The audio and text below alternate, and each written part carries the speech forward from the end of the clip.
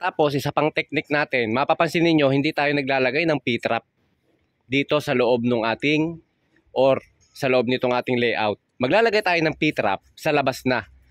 So, may mga ginagawa ko, may mga video ko, mga previous video ko before, na pinapakita ko yung diskarte sa paglalagay ng P-trap na doon mismo sa catch basin. Kasi, mahirap maglagay ng P-trap dito sa loob. Okay, wag na wag kayong maglalagay ng mga P-trap, lalong-lalo na sa mga slab,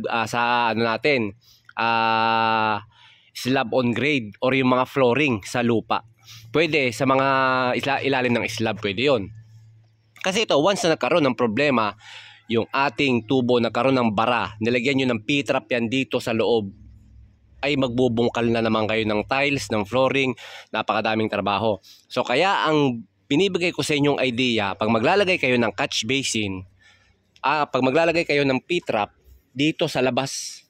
So para may access tayo, magbara man yung nilagay nating P-trap, nandun siya sa labas.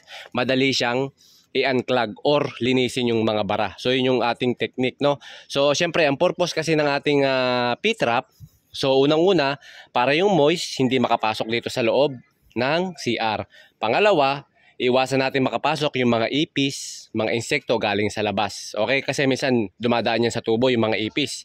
So pag may P-trap tayo, may nakapondong tubig, hindi yun mapapasok ng mga insekto.